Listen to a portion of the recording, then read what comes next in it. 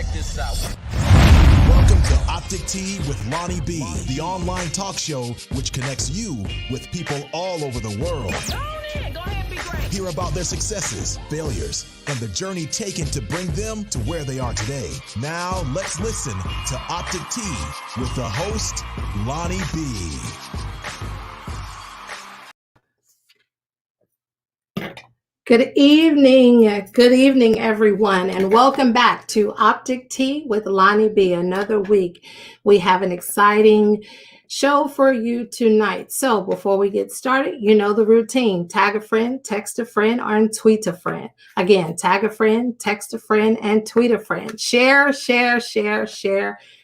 share. Tonight, you are in for a real treat. We have none other than Mr. Kenyon Glover. So just please, gonna give it a few seconds, and while we're doing that, I'll just go ahead and start with the show tonight and start with a little bit of information. So, as you all know, we always start with the thought for the night, and tonight's thought is from George Eliot.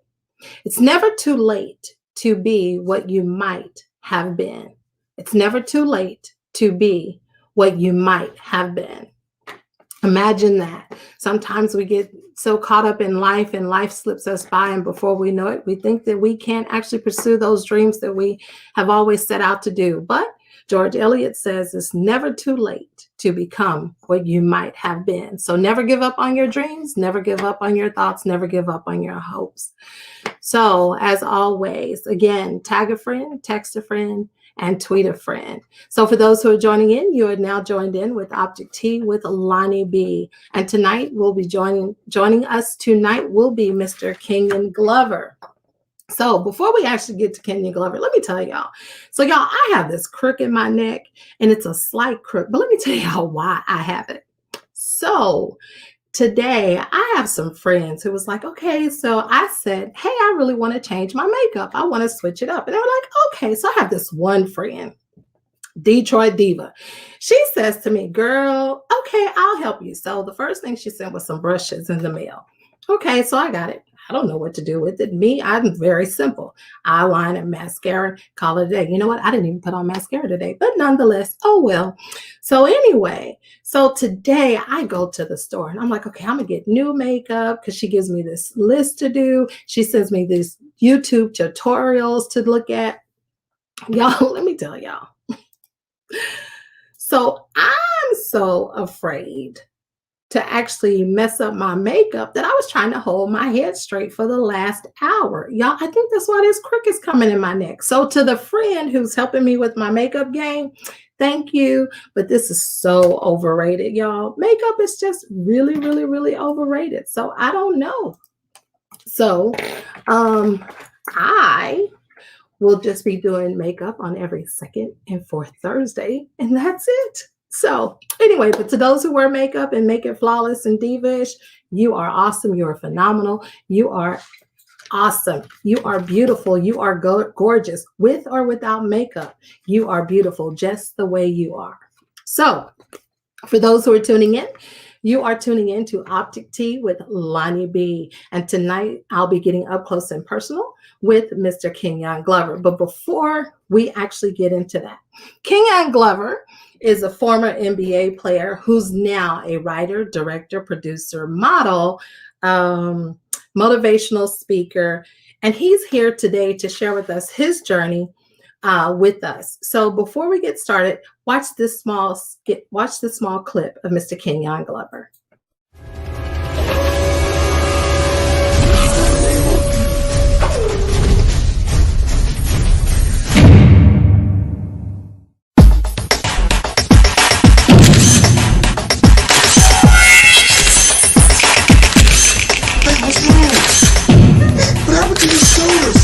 Besides, that motherfucker was dealing in our back. I still run this crew and make those decisions. Not you. Come back. We'll be joined by NFL wide receiver, New York Jets, Matthew Hackett. I step on stage, break a leg and a ligament.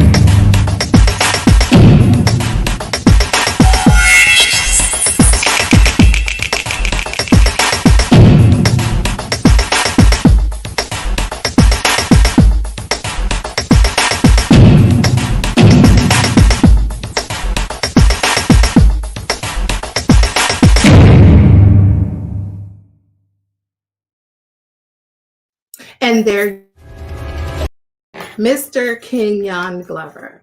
So, Mr. Kenyon Glover, he went from a pro basketball player for the Milwaukee Bucks to a sudden knee injury, which ended his career and led him down a path of depression and attempted suicide. But remember, but always negates everything that you say before. So, but today, he is now an overcomer who is sharing his testimony all over the world and helping others overcome their issues through several different means and different platforms. So, everyone, please join in with me tonight and welcoming the one and only Mr. Kenyon Glover.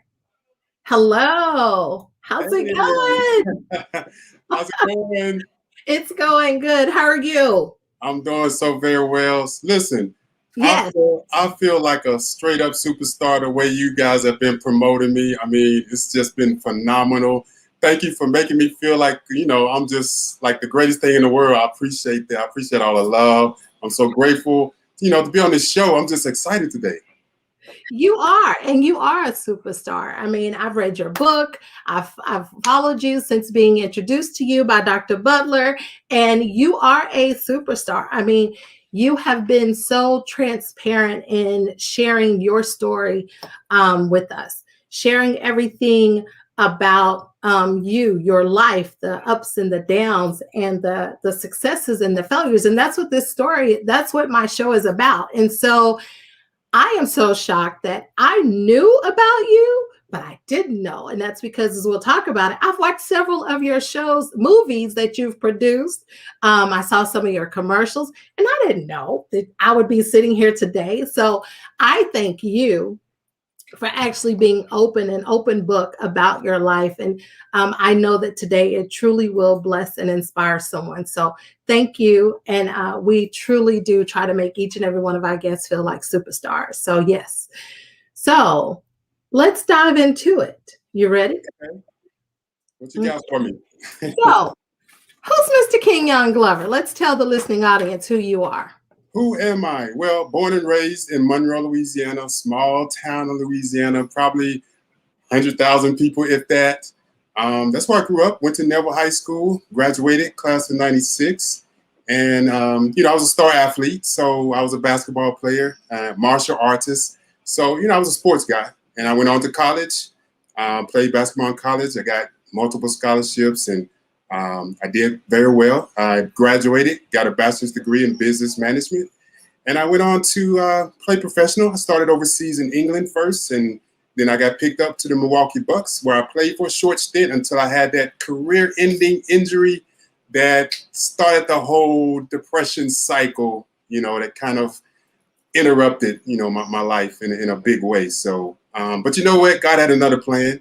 And so that's just a little bit about me. I'm just a humble guy from small town in Louisiana, country boy, So Monroe is not that small, sir. It is that small. No, it's not. No, it's not. Now, if you're 120 people, 120,000 people. Okay, how about that? Well, that's not, okay. That's small compared to Dallas. Okay, I'll give you that one. So you said that you actually played basketball and did martial arts. So how did you actually go from not pursuing martial arts, but pursuing basketball? Where did the love of basketball begin? Well, the love of basketball began when I started watching Michael Jordan, my stepdad at that time. He was a big basketball fanatic. So all we would watch is the Bulls and Michael Jordan. So I started watching Michael Jordan. I started studying him, and he was being talked about so much as being the greatest player of this. And I was like, you know what? I can do that too. I can go out and shoot some hoops. So I just went outside and, my stepdad put up a basketball goal for us, and I just started playing every single day. And before you know it, I grew a love for it. I grew a passion for it. So I decided to take it seriously. And next thing you know, I started growing and I started getting better. And I went on to make my high school team, and I got good. I was the star player in all of pretty much all of Louisiana. So that's how the love began. Wow. So the love began at a young age, thanks to your stepfather putting that goal outside. Yeah, so I'm assuming 6 years old. Yeah. 6 foot goal? 6 years old when I started. 6 years old. Yeah. Wow. So you didn't even know that you were going to be as tall as you were, I'm assuming. No, I didn't. I had no idea because my mom was short. My mom was like 5'4", I think, something like that, and my dad is only like, I think my dad may be 6 feet. Uh-huh. So I thought I would maybe be about my dad's height. I mean, I'm the tallest one in my family, so I never knew I would have grown this tall. Wow. So you fast forward time, you go to college. At college, you didn't just pursue basketball. You actually stayed and finished and got your degree in business. Why was that important for you to finish your degree? Well, my parents always said when you go to college, you need to get a degree. Don't leave college until you get a degree.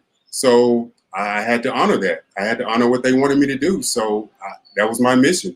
I was Right. not going anywhere until I got my degree because I knew how important my degree was. Because I knew basketball wasn't going to last, all of my life. Eventually, I was going to have to give it up and retire. Unfortunately, I had to retire at an early age, but I'm so glad that I was able to get my college degree.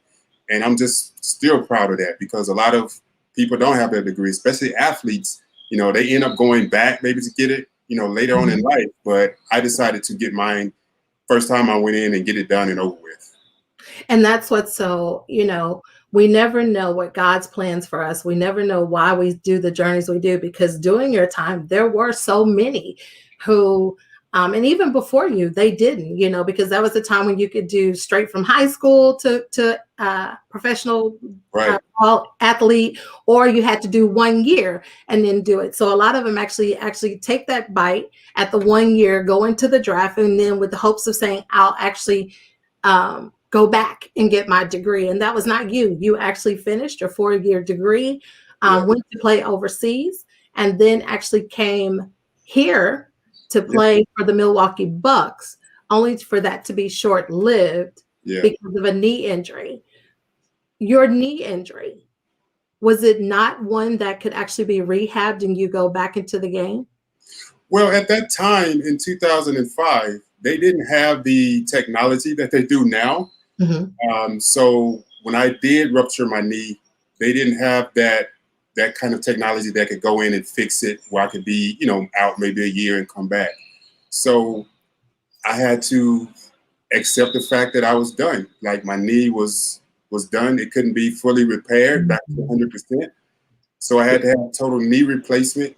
And the doctor said you was done.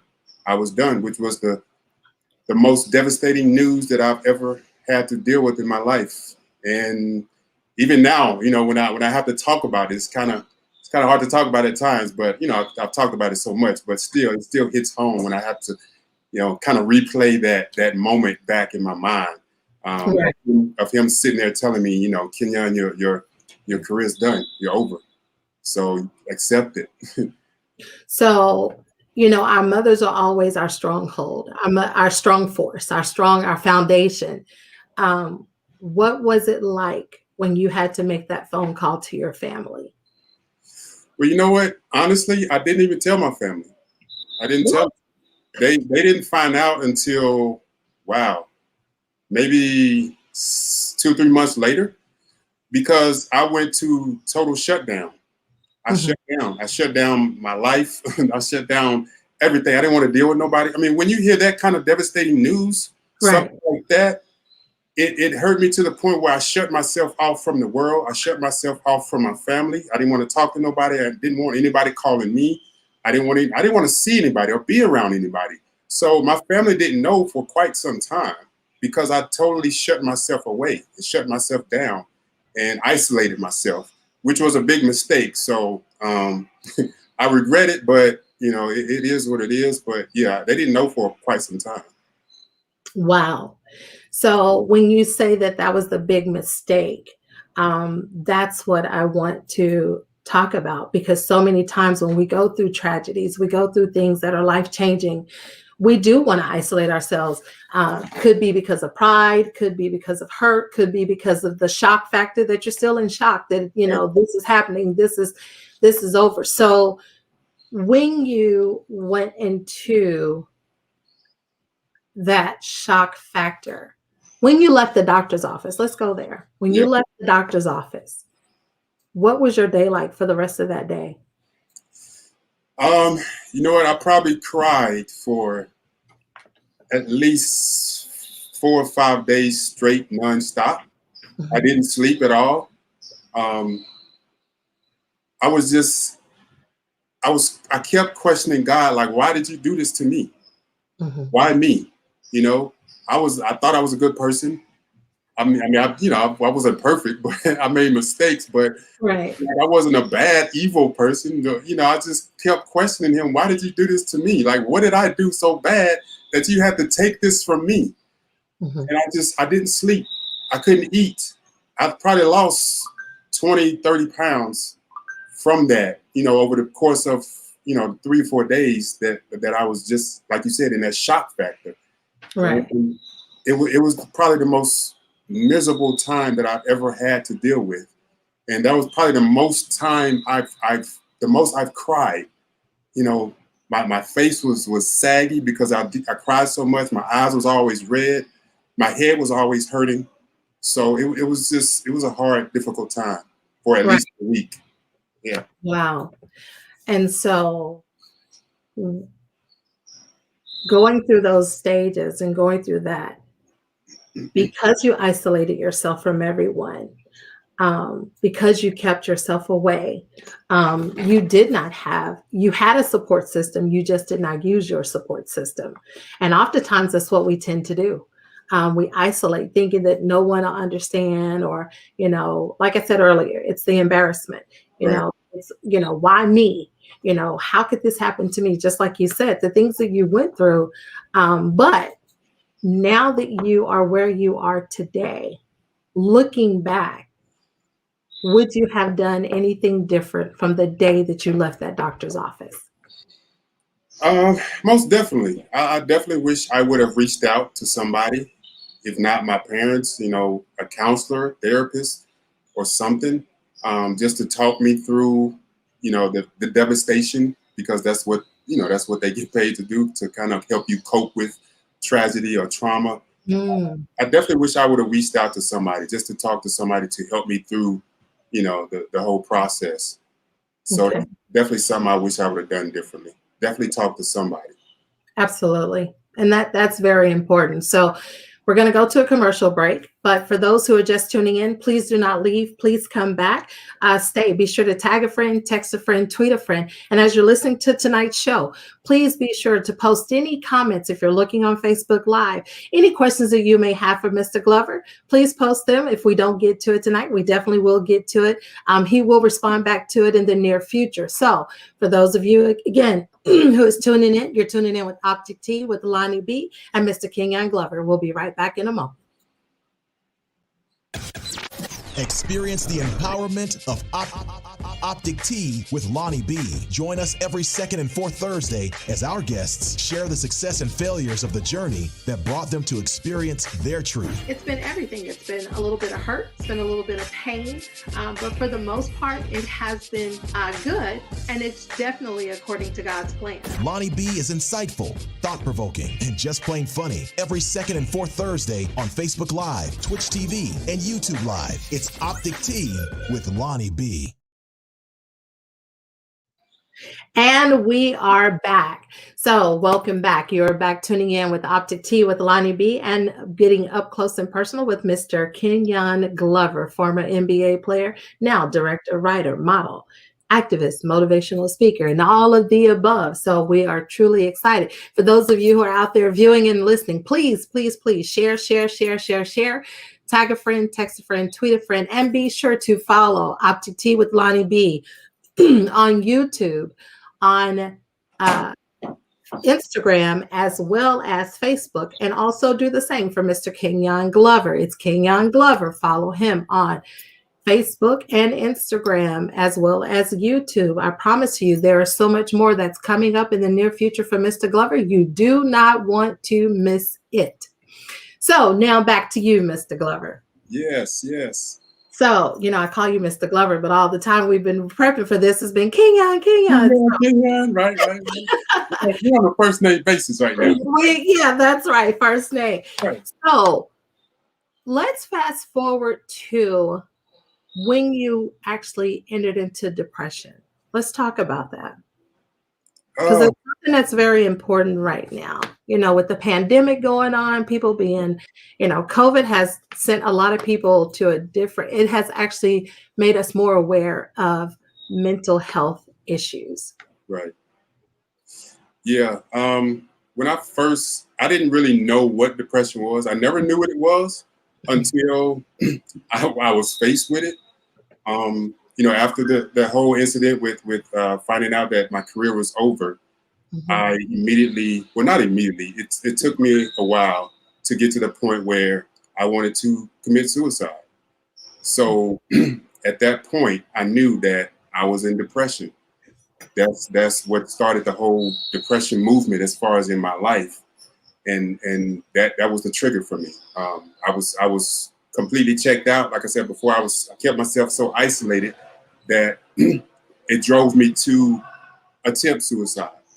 So at that point, when I got to that situation, that predicament that I found myself in, that I wanted to take my own life, that was pretty much the turning point of my, I guess, the new Kenyon, so to say, because that started the whole depression from that moment on. So I tried to take my life. I pointed a gun to my head, pulled the trigger twice. The gun jammed by the grace of God. And at that moment, I knew that, okay, God just spared my life. So there must be a reason that God wants to keep me here. He wouldn't let me kill myself. Right. So it left me to question, okay, God, now what am I supposed to do? What do you want from me? You're not letting me take myself out. You're not letting me kill myself. So what is it? Why am I still here? I can no longer do what I love to do. So, I don't know what else to do. What else do you want from me? Like I was literally like having this conversation with God, to myself. So that was the first time that I realized that I was depressed. You know what I'm saying? I didn't know, I never knew what depression was until then. And so at that moment when you said the gun jammed, and I'm so glad it did, because I wouldn't be sitting here with you today. Right, so right. Thank you, God, for jamming the gun on Kenyon. Right. So, but was that when you decided to choose life? Well, I guess I didn't have a choice. Right. I didn't have a choice but to choose life since I couldn't take myself out. The gun jammed. So obviously I was like, okay, well, I guess God is trying to keep me here for a reason. So at that moment, I was like, well, I started going to church then. I said, let me go to church. Maybe that will help point me in the right direction. Maybe God will give me some answers since I wasn't really hearing from him, getting any answers from him. I was like, well, let me start going to church and maybe I'll get some answers from that aspect. Maybe he will teach, he would talk to me through church members or something. So I started going to church faithfully.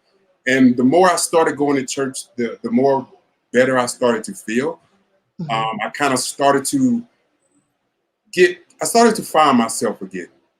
I guess when you're around those kind of people that are always uplifting, positive, encouraging you, things like that, you start to feel a little more confident about yourself and believing in yourself again. So I started to believe in myself slowly but surely.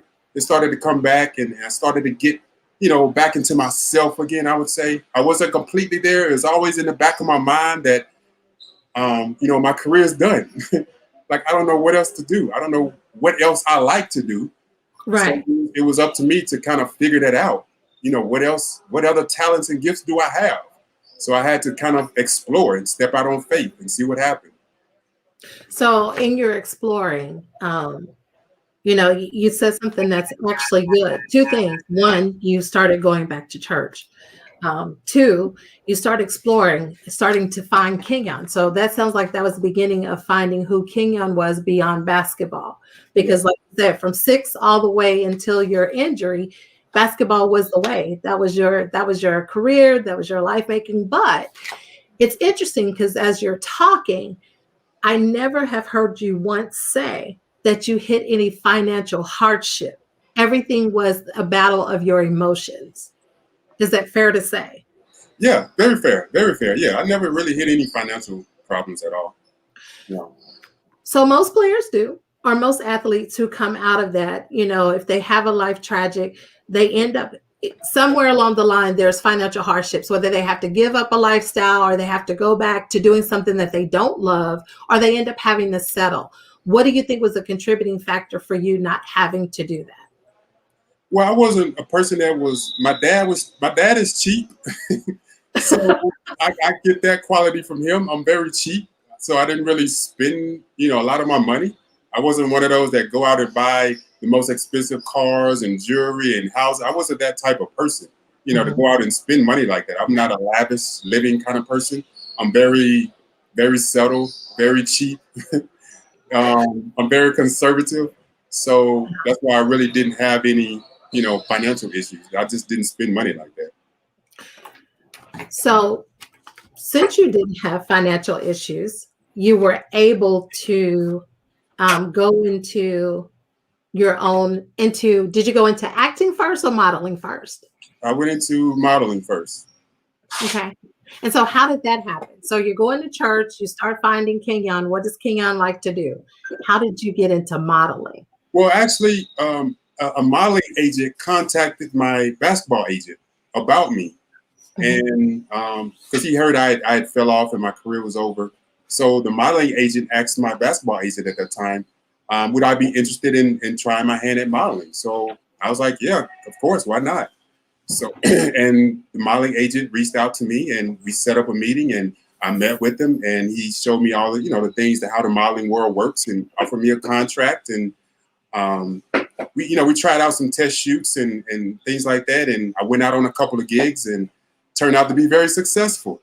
So that kind of trickled off into more and more gigs being offered. And before you know it, I'm getting a lot of gigs. I'm working a lot and the gigs are coming in consistently. So it kind of took off from there. So I remember the Mr. Good Bar.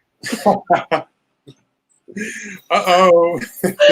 You in the loud yellow suit, the Mr. Good Bar man. Yeah. Was that your first acting, modeling adventure?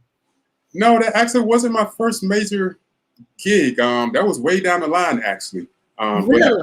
I started off modeling for Nike, Reebok, JCPenney, Sears. I started doing a lot of things way before then, but Mr. Goodbar came way later. Yeah, I think the yellow suit makes Mr. Goodbar stand out to everyone. So y'all, if y'all haven't seen Mr. Goodbar, just YouTube it. I promise you it'll come up and it will bless your life. It'll make you want to go get a Mr. Goodbar. I promise. It's true. That's one of my favorite commercials, actually. I love doing that commercial. Yeah. Is it really? Wow. So when you started modeling, where were you living at that time? I was living in Atlanta at that time. Okay. Yeah. Which brings me to my next question. So actually you're on today to talk about your most recent book, but your first book was actually from Atlanta to Hollywood. Right. So what led you to start going from modeling, acting, to writing? Wow, that's an interesting question because all of these is kind of, I just stumbled upon all of these by accident, basically. After modeling, not after modeling, during modeling, somebody said, well, why don't you try acting? I was like, well, no, I don't, that's not really my interest. So a friend of mine asked me to go to this this acting workshop with him just to sit and just, check it out. Like, all right. So I went, checked it out, and I sat in the back, and it just so happened that day that they were missing a lot of acting students. So the acting coach asked me to participate. I was like, okay, fine. So I participated, and I ended up liking it. I'm like, okay, this is actually pretty cool. Uh-huh. And then I signed up for the workshop, and I started taking the workshop on a consistent basis, and I started to grow a love for it. So I decided to give it a shot, and I booked my first film. The first film I booked was a leading role. The first project I booked was for a leading role. And I was like, wow, okay, maybe maybe I'm onto something here. So the movie was called Chip Factor. I remember it like it was yesterday. It was called Chip Factor. This was back in 2006 when I booked my first film. So after that, I was like, okay, I think I'm gonna stick with this. And then I moved to LA. I moved to Hollywood because everybody was like, you know what? If you're gonna take this serious, you got to go to where it's happening, which is Hollywood. So I packed in my bags and headed out west. To Hollywood. Hollywood. Wow. So we have a question for you. It's for Thaddeus Randolph. And he asked you a question. He says, since you aspire to be an elite basketball player and can no longer play the sport, what do you consider to be the pinnacle for you now? Or what do you consider your purpose to be? Wow, that's a good question. Right now, I feel like because of the journey that I have been on, I'm sorry. Sorry about that. I think that because of the journey that I have been on, I now know my purpose is to be an inspiration to other people. Because I've had to face so many challenges and adversities, so many trials and tribulations, and that God has spared my life on 3 different occasions. Like I told you about one suicide attempt. I tried suicide 2 more times after that. And after a while, you know, I was like, okay, God has me here for a reason. It's a purpose for me to be here. So I feel like now my purpose is just to empower other people, to tell other people my story in hopes to empower you to keep going, empower you to keep chasing your dreams, empower you to not give up on life, to not give up on yourself, and most importantly, never give up on God, because God is never going to give up on you. Absolutely. So that's my purpose now, is to empower as many people as I can, sharing my story, hopefully inspire you and motivate you to keep going, to keep pushing, and keep, you know, trusting in God, that God has a purpose for your life. And that's my purpose. Absolutely. Which leads us to, we're going to go to commercial break. Actually, thank you, Thaddeus. You just actually helped me into my segue to talk about actually your most recent book, which is the resurrection and rebirth of a new man. Yes. Get it right. Come on, get it right. LonnieB. I know. Let me say this again. Hold on. Say it again. Yes, start over. And tonight we will be sharing with you and discussing Mr. Kenyon's Glover new book, The Rebirth and Resurrection of a New Man. Yes. Yes. Did I get it? Did I get it? That's what I'm talking about. So actually, this book is actually, it is so inspiring. He talks about his journey. He shares his, he's very open, very candid. And it's one that actually gives you hope. If you're ever faced with any kind of depression or low self-esteem, or you having issues with just, knowing who you are, this is a book that you would want to read. So actually, we're going to go to commercial break. We're going to show a little snippet about your book. Okay. Actually, it's a movie clip for you about your book. And then when we come back, we're actually going to talk about your book. We're going to deep dive into it and let's talk about it. Yes, let's talk about it. So for those who are tuning in, please stay right there. And if you got to run, go get your tea, fill it back up, and come right on back and sit and come right on back with us. And when you're sitting down, be sure to tag a friend, text a friend, and tweet a friend that you're watching Optic Tea with LonnieB. We'll be right back in a moment.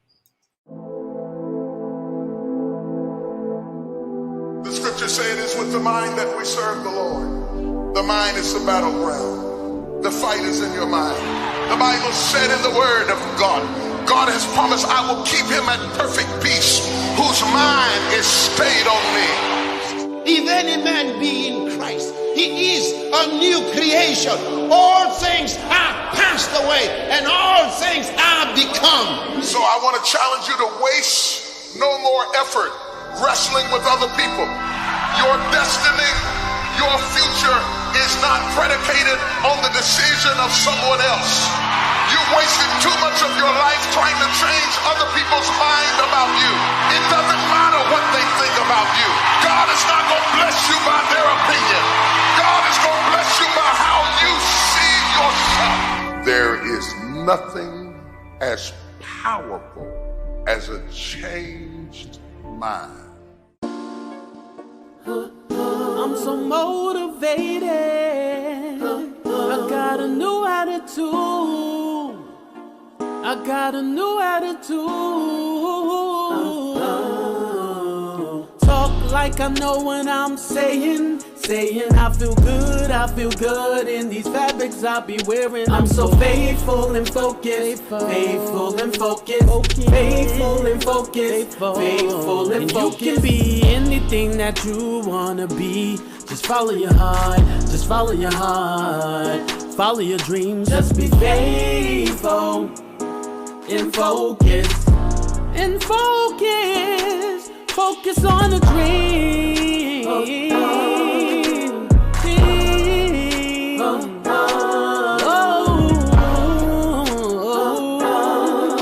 Gotta focus. Focus on the back, stay on track, yeah. Don't easy get discouraged, cause nothing goes right all the time, oh yeah. When I was really at my lowest and everything turned around, soon as I got down, oh yes, I prayed on it. Oh, I prayed. I was down on my knees. Say, forgive me, please. I was faithful and focused, faithful and focused, faithful and focused, faithful and focused, faithful and focused, faithful and focused, faithful and focused, faithful and focused. I was faithful and focused, faithful and focused, faithful and focused, faithful and focused. I was faithful and focused, faithful and focused, faithful and focused, faithful and focused on the dream.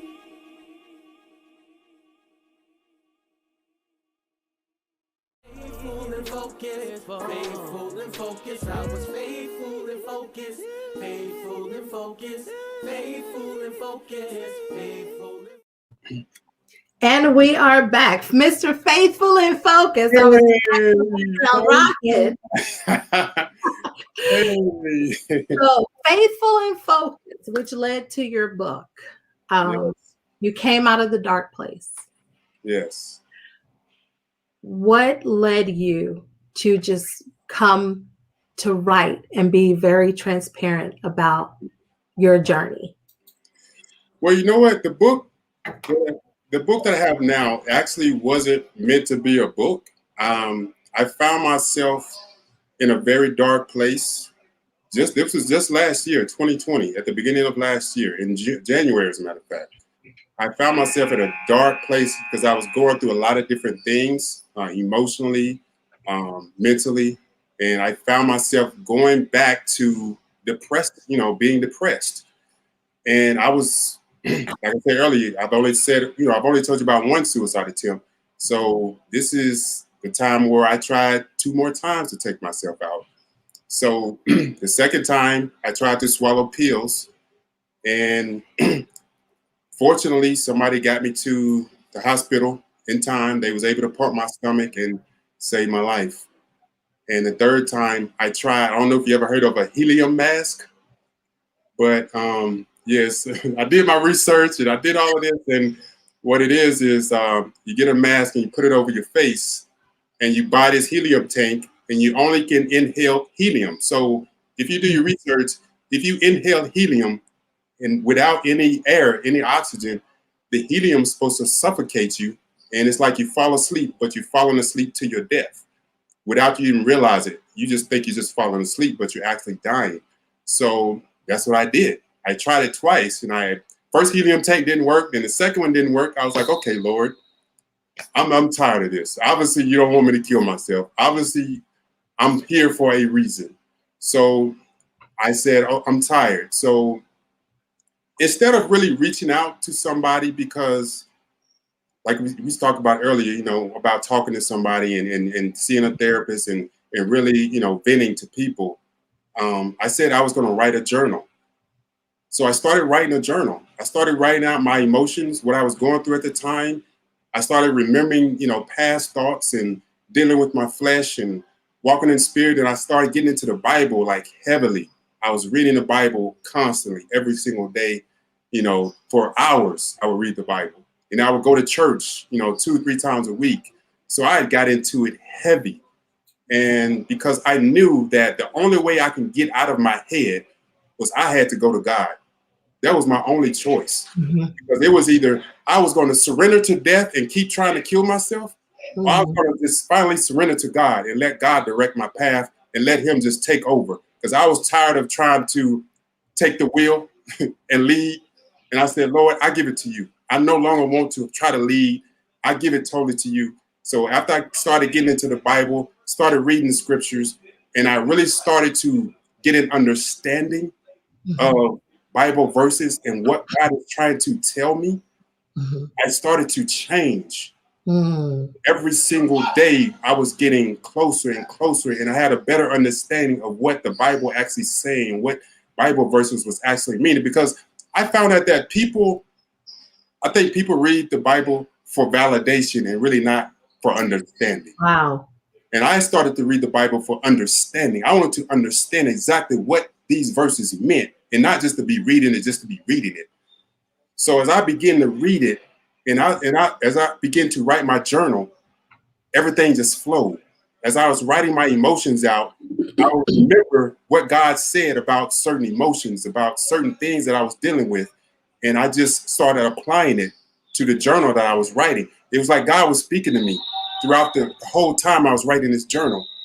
And after I got done writing the journal, it took me about 3 months. I started in February and I wrote it up until I think April or May. Wow. Finished it.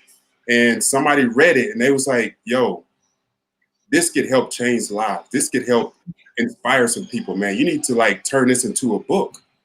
I was like, okay, well, I never thought about that, but I'll think about it. And then it was like, I think that was God's way of telling me, yes, Kenyon, make this into a book. So I took that confirmation from God and said, okay, God, I'll create this into a book. And that's how the rebirth and resurrection of a new man came about. Wow. And it's really a good book. And I don't want to tell people about it because I want them to go and buy it and read it. And then we'll bring you back on, maybe have up close and intimate book club, book reading where we can actually talk about it. But I do want to ask you this because I was just in 2020, right during the time of the pandemic. So a lot of things happen to people mentally, emotionally, who go from social butterfly to now being confined in the home. And you were one of those people. Yes. You shut yourself out. So how do you keep yourself today beyond God from going back to that dark place again? It's all about the grace of God. I can't do it without him. I honestly can't do it without him. Like I said, just a while ago, I stay in the scriptures. I'm always listening to motivational speeches. I'm always listening to sermons constantly. I'm constantly feeding my mind, my thoughts, godly word, godly ways, godly verses. I'm always into reading and empowering myself and empowering my thoughts. Because the purpose of the title of my book is The Rebirth and Resurrection of a New Man. So that title, God says we should renew our minds daily. So as I renew my mind every single day, if you think about it, if you look up the word renew, it pretty much means to resurrect a new thought, to resurrect a new mind. So I have to take it seriously and intentional to bury the old thoughts. I had to bury the old ways. I had to bury the old mindset that I had of always constantly feeling sorry for myself and, thinking life is over and wondering why me. And I had to get out of that self-pity mode. And I had to just totally immerse myself in the word of God and allow him to direct my path every single day. So every day I wake up, I make an intentional effort to give my life over to God, immediately go into prayer, immediately go into the word of God, studying at least for an hour, 2 hours a day. And that's what keeps me sane. To be honest, that is what keeps me going every single day, because I made that choice. I made that decision to no longer be stuck in that old way of thinking, that the world owes me something. Right. And now it's like I've committed myself to living my life for God in every way possible. everything that I do, I feel like I do it for God. Every thought process, every thought I think, I make sure it's a positive thought, an uplifting thought. I'm always trying to reach out to people and encourage people, because sometimes encouraging other people makes you feel good. Absolutely. You know what I'm saying? So I make it a decision every single day. Who can I reach out to? Who can I encourage today? Who can I uplift today? Because that actually makes me feel good that I'm helping somebody else. I'm uplifting somebody else. I'm empowering you. I'm making you feel, some sort of positive way today. So with that, it makes me even, feel even more better. Awesome. As you were talking, the scripture came to me. It says, and hearing you talk about your disciplines and your daily routine at the start of your day. And it took me to the scripture that says, he'll keep you in perfect peace as long as you keep your mind stayed on him. Yeah. And it just reminds me is that, that is important, because if you keep your mind, keep your thoughts, keep your, your thinking, keep your conversation stayed on him with the mind of Christ, he will keep you in perfect peace. So I do understand that. Exactly. And, not only have you limited those tools for yourself, you actually also have taken your athletic ability and the transformation of your life into who you are today, and you actually help others overcome their issues. Tell us a little bit about that program that you have. Yes, it's called the Fitness Beats Depression program that I started back in 2019, I believe, or 18, one of them. And I said, you know what? I want to help people get through this. I want to help people to overcome depression. And one of the ways that helped me to kind of cope with my depression was fitness. I'm a workout fanatic. I love working out, and I love training other people. I love seeing other people make changes and accomplish their goals or whatever their fitness goals are. I like helping people to reach their goals as well. So I decided to say, you know what? I want to help people through, fitness. I want to be able to give back. That's my way of being obedient to God and giving back and empowering other people to beat this mental health disease, as they call it, depression. So that's one way that I try my best to help people get through it, because I know how it is. I know how it is to be depressed. I know how it is to be in that dark place.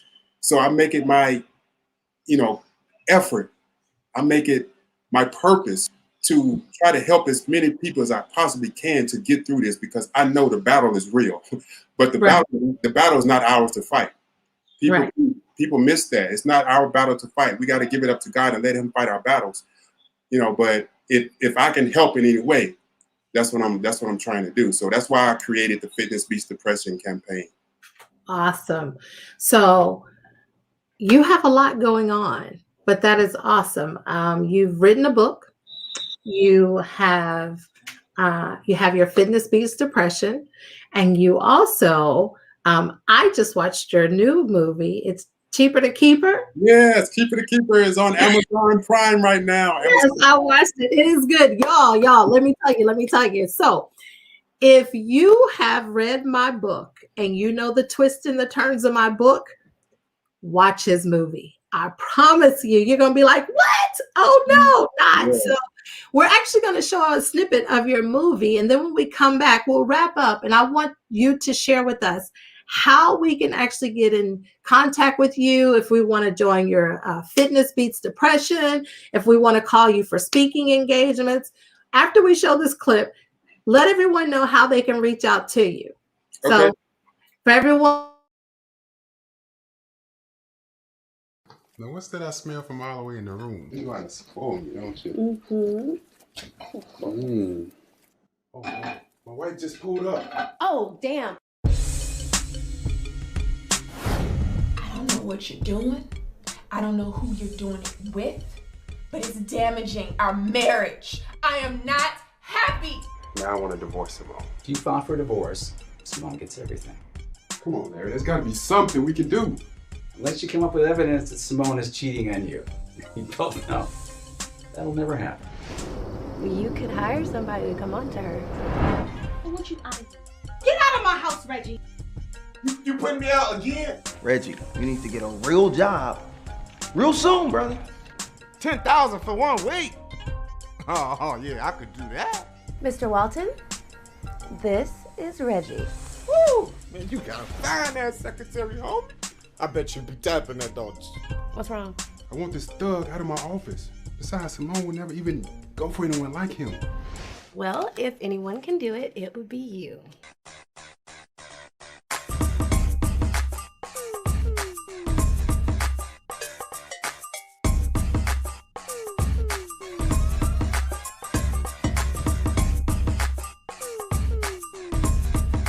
And you were supposed to start today. I know I was supposed to start today, man, but I had something I had to take care of first. Reggie, I swear if you screw this up for me. So, are you ready to get started? Yeah, I told him what come take. With your dance lessons and just dance. That's no cars for you to follow, who my wife expects you to be. So you must be a real big deal at Vision Records. Wow. So you're doing a song with Drake. Would you like to come to the comedy show with me tomorrow night? Well, what about your dance lessons?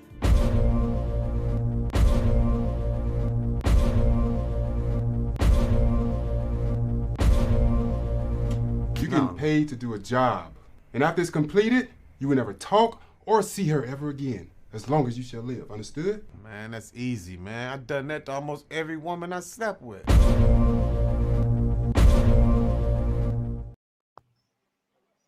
And we're back. So, Hey.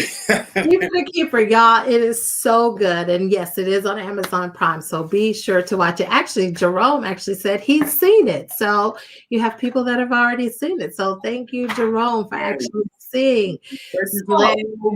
Yes, Jerome. So he said he didn't know it was you. Yep, this is him, Jerome. So let's talk a little bit how people can get in contact with you. I know that now you're actually spending a lot of time in Texas, specifically the Dallas-Fort Worth Metroplex. You'll be spending a lot of bit of time, but I know that your Fitness Beats depression actually is taking you all over the U.S. So if someone wants to find out or get information about your Fitness Beats depression, if they want it for an organization, if they want it individually, how do they get in contact with you? Well, they can contact me through my website, kenyonglover.net. It flashed at the bottom of the screen. Or you can find me on social media, Facebook, Twitter, Instagram. Just look up Kenyon Glover. You can, DM me or hit me through private messenger there, or reach me through my website. So yeah, I mean, let's get it cracking, because this is what I'm passionate about. This is what I love to do. I'm just looking to go all over the world and change lives. I think that's my purpose. That's why God has kept me here. That's why I'm here, to help empower the world. So I'm on a mission right now. Awesome. And so we already talked about Cheaper to Keeper. That you can find on Amazon Prime. And then last but definitely not least, your book. How can they get your book if they want you to actually come and do a speaking engagement to talk about your book? Do they go to your website as well, or how do they actually put in that request? Yeah, you just go to my website. Just contact me through my website, kenyonglover.net. Just go to the contact form and, fill it out and let me know, whatever it is that you want to happen, and we'll go from there. Okay, awesome. And then, of course, everyone, you always can go to Optic Tea with LonnieB, as I keep you up to date and informed about all of my guests that come on my show, everything that they're actually coming out. Actually, tonight I see Miss Odessa Young is on here. She's actually will be back. She's actually doing a poetry collaboration with the gentleman. So always there's something going on with the people who come through Optic Tea with LonnieB. So never underestimate the hidden gems that you never knew about, that there actually were hidden gems, and now they're actually becoming the gems through Optic Tea with LonnieB. So Mr. Kenyon. So one last question. No, it's not one last question. Next question. Okay. What is it that you would say to that individual who is at that crossroad, who wants to give up, but they know that they can't give up because they have too much to live for? What would you say to them tonight if they're watching? The 4 P's. You let that pain be the process that will propel you to your purpose. Wow. That pain you're going through is just temporary. But use that pain as your fuel to propel you to your ultimate purpose. just know that God has you here for a reason. You're not just here taking up space. None of us are here taking up space. God created each and every one of us for a particular purpose.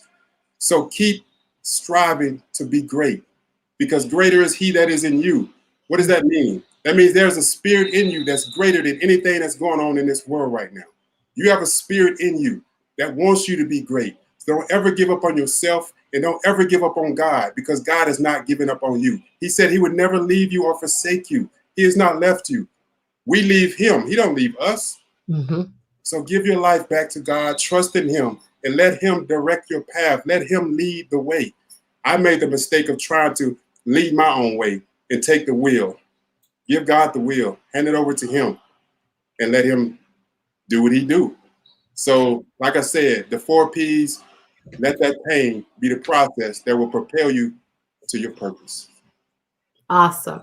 You know, for a minute, I thought I was actually watching a sermon. I was about to say, wait a minute now, where do I get my offering? Pass the collection plate. But that was actually good information. And I thank you for sharing that. Definitely, I want to get those 4 P's so I can actually post them on my website, on my page, so people can remember those. You know, those are 4 good P's to remember, and how you apply it to the logic. So thank you. And so what's next for Mr. Kenyon Glover?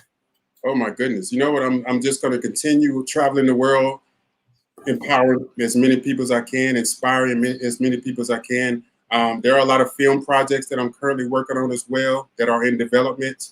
Wow, I'm working on my next book, actually, also. I'm in development stages with that.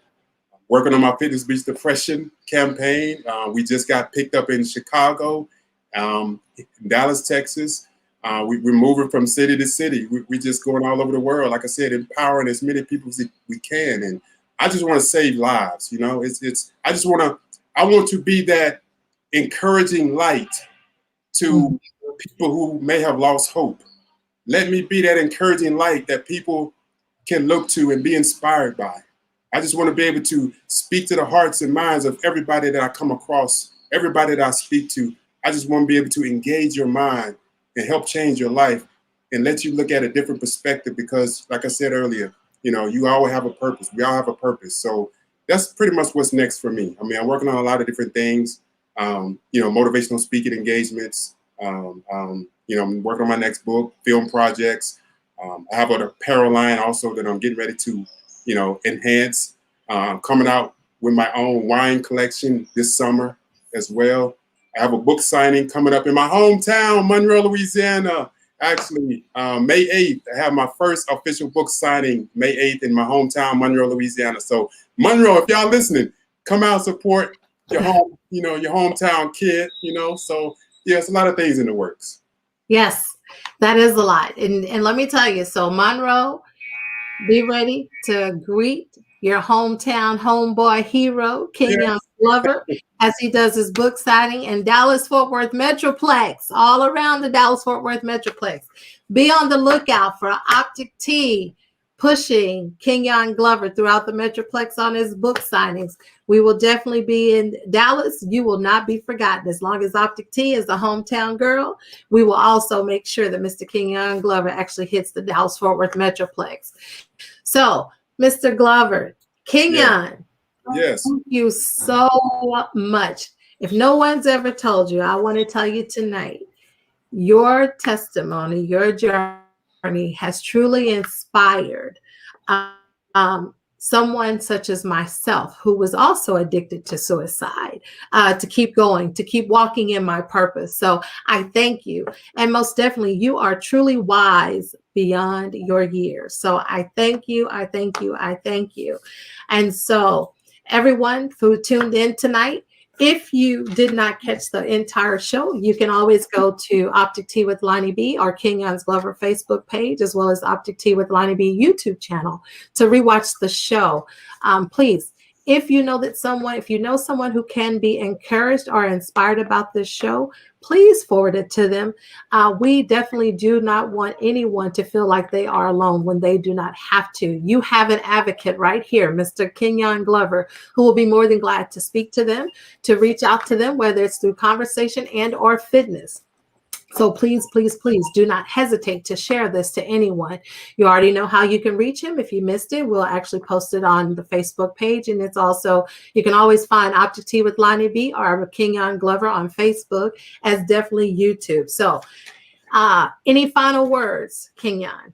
Absolutely. I want to just say thank you so much, LonnieB, for having me on. Thank you for everything that you've done for me, for the promoting you have done. It's been just off the chain. I'm so grateful for being a part of this whole movement. I love this show, Optic Tea. Congrats to all your success with it. And hopefully, maybe in the near future, after I've got some, more things going, you can have me back on, right? Absolutely. Okay. Absolutely. And everyone, if you're tuning in tonight, please, please, please, if you go and subscribe to Kenyon's Glover YouTube page and post in his comments that you did, you will enter a drawing for a free book of his newest release. You will actually enter into a drawing and we'll announce the winner on the next show. So please subscribe to his YouTube channel and then just post a comment and like his page, his Facebook page, Kenyon Glover, to be entered into a drawing. Don't forget to be sure to tag a friend, text a friend, tweet a friend about tonight's show, and also definitely share it. For those who are listening, we thank you for listening in tonight. We thank you for always being a dedicated listener and one who tunes in and one who actually supports Optic Tea with LonnieB. So until next time, next week, in 2 weeks, we will actually be getting up close and personal with Dr. Keetra Davenport King, who is an author, as well as Tony Cheatham, who is also another entrepreneur who actually cooks and bakes through her challenges and her opposition. So exciting show coming up. So please be sure to tune in 2 weeks. And until we come back, everyone, take care. Have a good night. And Mr. Kenyon Glover, it has truly been a pleasure. And I thank you again. Thank you. Until next time, everyone, take care.